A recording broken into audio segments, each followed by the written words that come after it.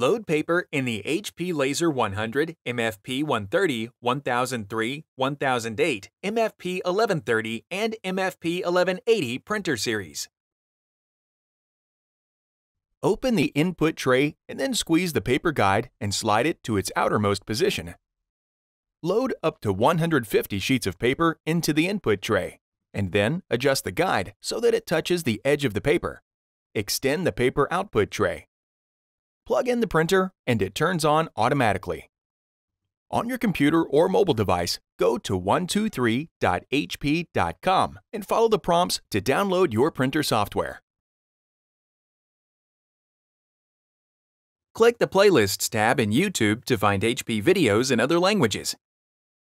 And search our channel to find official HP support videos.